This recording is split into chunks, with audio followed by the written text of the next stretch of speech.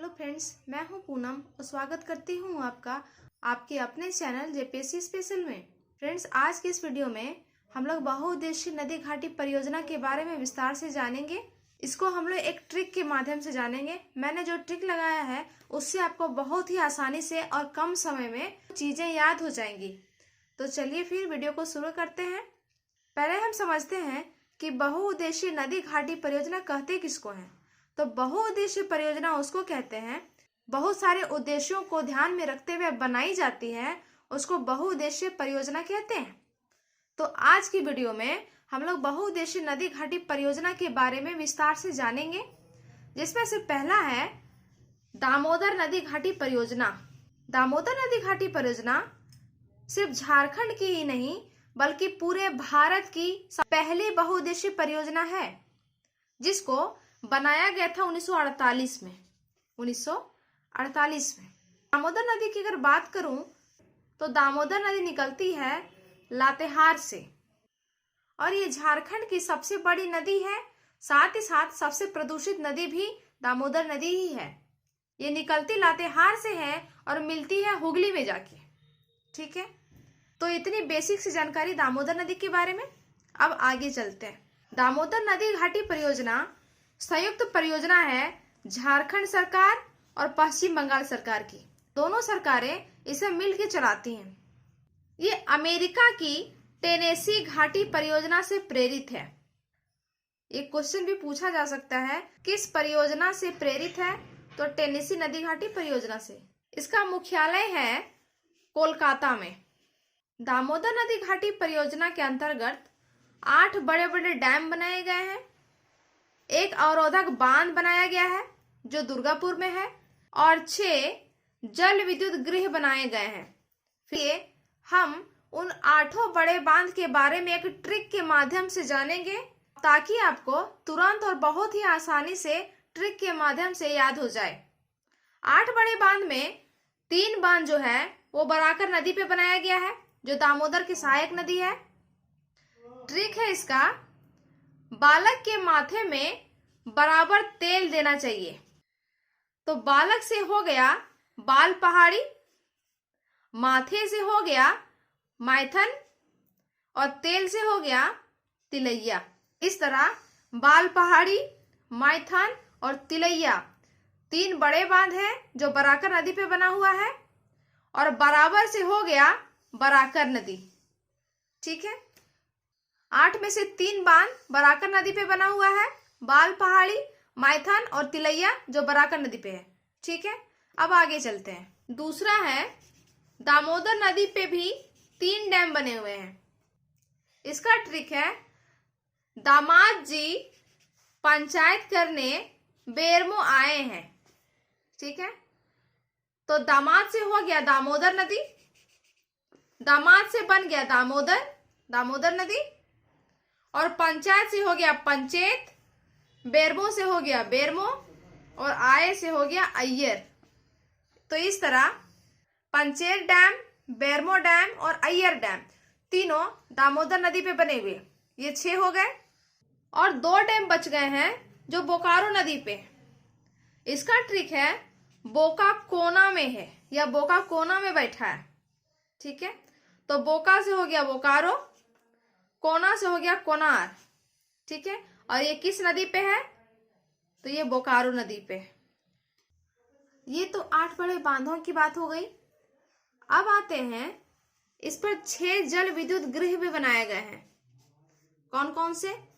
एक तो है तिलैया, दूसरा माइथन, तीसरा बाल पहाड़ी, चौथा पंचेत, 5वां बेरमो और 6ठा कोनार। सारे वही बांध हैं, सिर्फ 2 को छोड़ के।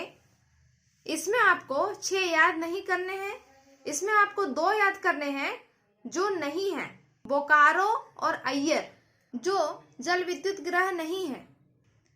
क्योंकि हमने जो 8 बांध पढ़े अभी, उसमें से तिलैया, माइथन, बाल पहाड़ी, पंचेत, बेरमो और कोनार थे। सिर्फ 2 और थे, अय्यर और बोकारो, जो इसमें नहीं है। तो आपको सिर्फ इतना ही याद रखना है, अय्यर और बोकारो ये सब जल विद्युत गृह केंद्र नहीं है। ठीक है, अगला पॉइंट है, इसमें 3 तापीय विद्युत गृह हैं। कौन कौन से?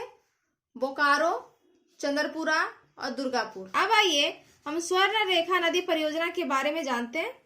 शुरुआत इसकी हुई थी 1982-83 से और ये झारखंड, पश्चिम बंगाल और उड़ीसा सरकार की संयुक्त परियोजना है।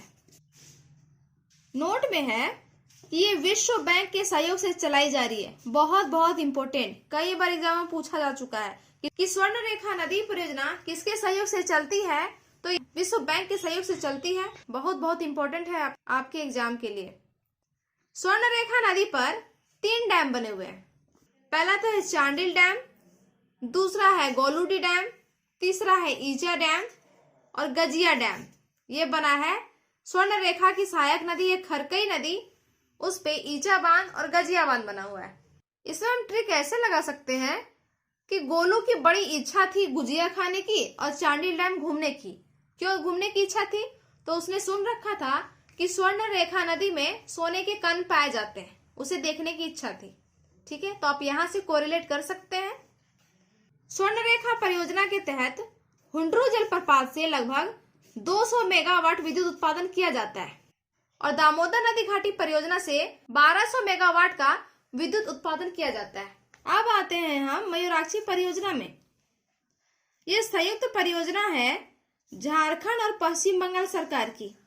इस परियोजना के तहत कनाडा बांध बनाया गया है, जो कनाडा के सहयोग से बनाया गया है और ये नदी है मयूराक्षी नदी।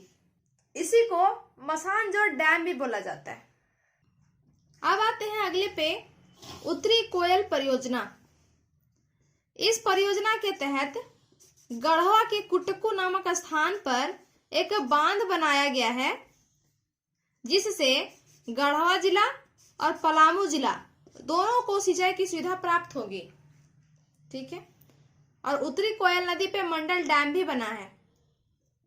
फिर है 5वां है कोयल कारो परियोजना।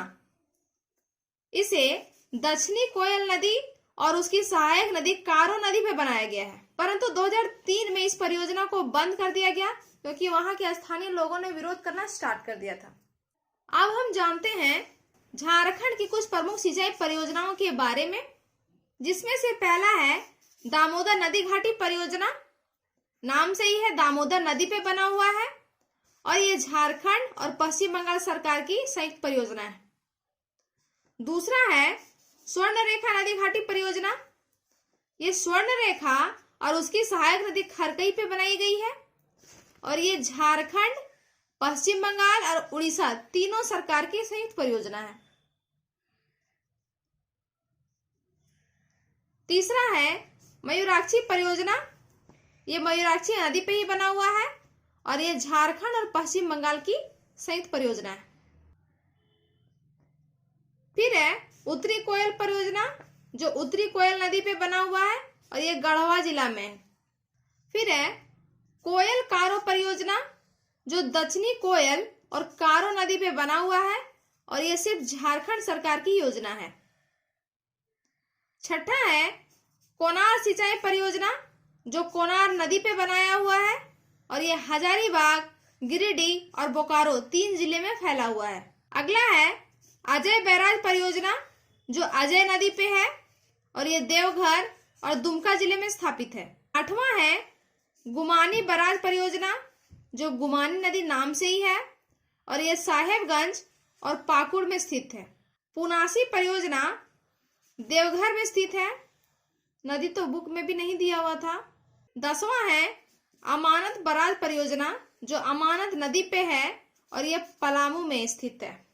अब हम जानते हैं झारखंड की मध्यम सिंचाई परियोजना के बारे में, जिसके अंतर्गत पहला है अपार शंख जलाशय योजना, जो शंख नदी पे ही बना हुआ है और ये गुमला जिले में। शंख नदी का उद्गम भी चैनपुर गुमला से ही होता है। दूसरा है पंचखेरो जलाशय योजना, जो पंचखेरो नदी पर है और ये गिरिडीह में है। तीसरा है सुकरी जलाशय योजना, जो सुकरी नदी पे बना हुआ है और ये लोहरदगा में है। चौथा है भैरवी जलाशय योजना, जो भैरवी नदी पे बना हुआ है और ये हजारीबाग और रामगढ़ में बना हुआ है। 5वां है रैसा जलाशय योजना जो रैसा नदी पर है और यह रांची में स्थित है। छठा है केशो जलाशय योजना, यह सकरी नदी पर है और यह कोडरमा में स्थित है। और कोडरमा की बात करूं तो सबसे कम जनजाति जो है कोडरमा में ही है, मात्र 0.8%। और सबसे ज्यादा जनजाति जो है वो रांची में स्थित है, 12.6%। तजना जलाशय योजना जो है तजना नदी पर है और ये खूंटी जिले में है। खूंटी में बिरसा मुंडा का जन्म हुआ था 15 नवंबर 1875 ईस्वी को और इनकी डेथ हुई है 1900 में। आठवां है सोनुआ जलाशय योजना, ये संजय नदी पर है और ये पश्चिमी सिंहभूम में स्थित है।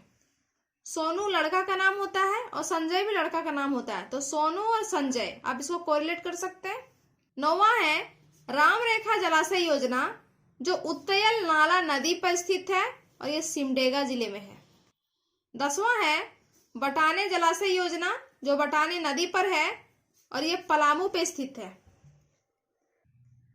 फ्रेंड्स, वीडियो अगर अच्छा लगा मेरे चैनल को लाइक शेयर और सब्सक्राइब जरूर कीजिएगा। मिलते हैं फ्रेंड्स अगले वीडियो में, तब तक के लिए अपना ख्याल रखिएगा। Good bye, take care.